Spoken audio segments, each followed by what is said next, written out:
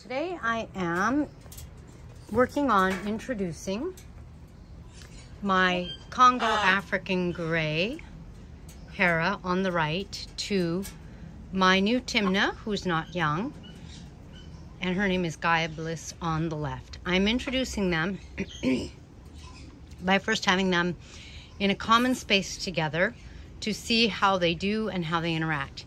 Now, one problem is that if you aren't familiar with my channel, Hera is going blind. She has a hard time seeing. So I really have to be cautious and watch to see how they do. Hey guys, welcome to my channel. If you're new, I'm Kaylin, the author of the Parrot Bliss Bond. My mission is to help you have a more blissful bond with your parrot. And today I'm going to comment and show you how the introduction goes. So I used to have another African Grey. He passed away and Hera has gotten more lonely.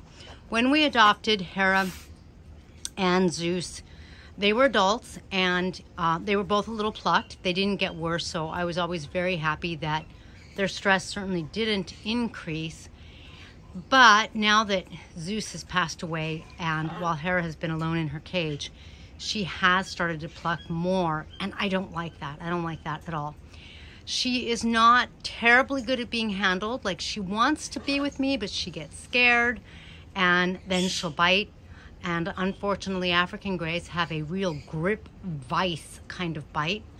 And so it's not fun. And so I end up not handling her too much because I don't want her to get freaked out. I don't want her to get stressed out. I don't want to have a nasty bite. I had one bite from her once that made my thumb numb for a little while, so I try to be cautious. And I also don't feel like she and I need to be best friends, but I do feel like I really want her to be happy and to have a good life. So she has a healthy diet. Do you see that swinging up there? There's Rosie, our green-winged macaw.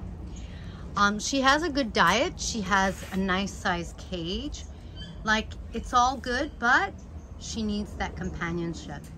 Now, choice, like the best choice would have been another Congo, but they, I went and there was a Timneh, and I just said I'd always wanted a Timneh. And Bliss is about the right age because she's about midlife. I couldn't put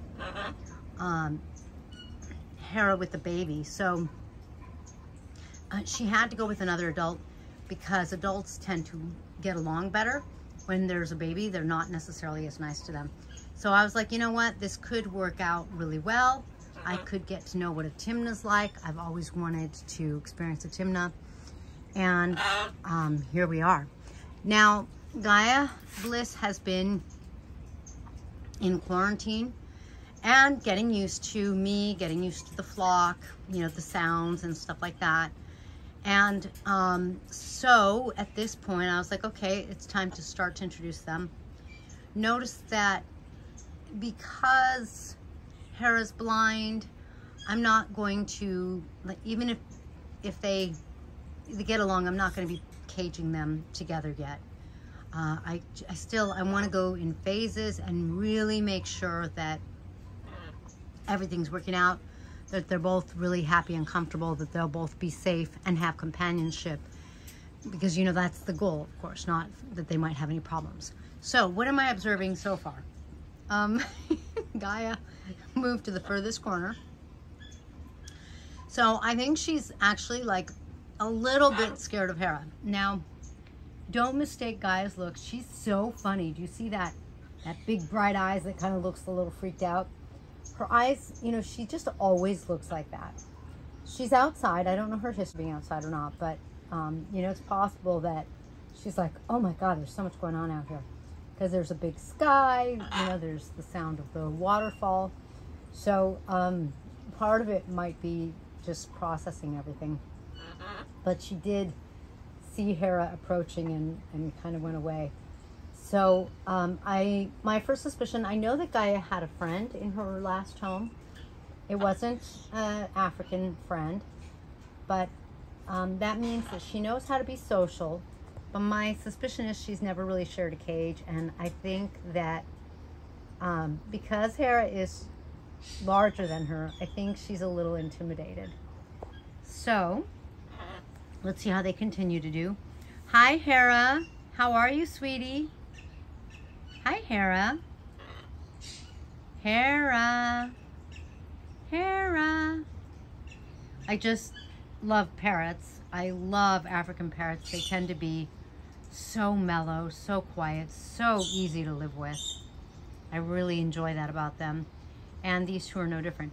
Gosh, it's so neat for me to see the two species like one on top of each other, of the other.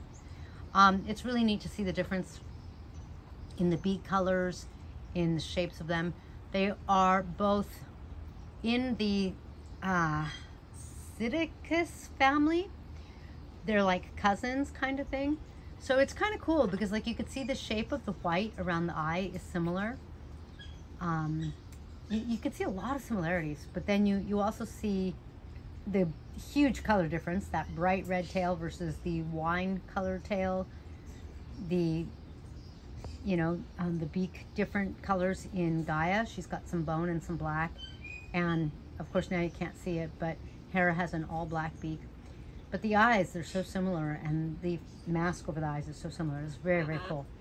All right, so I'll check back in later and see how they're doing, but so far, no news is always good news. Like, this is coexisting, not bonding, but it's coexisting. There isn't any obvious huge threat from one going to the other. Like, this is good so far. So it looks uneventful, but that's a good thing.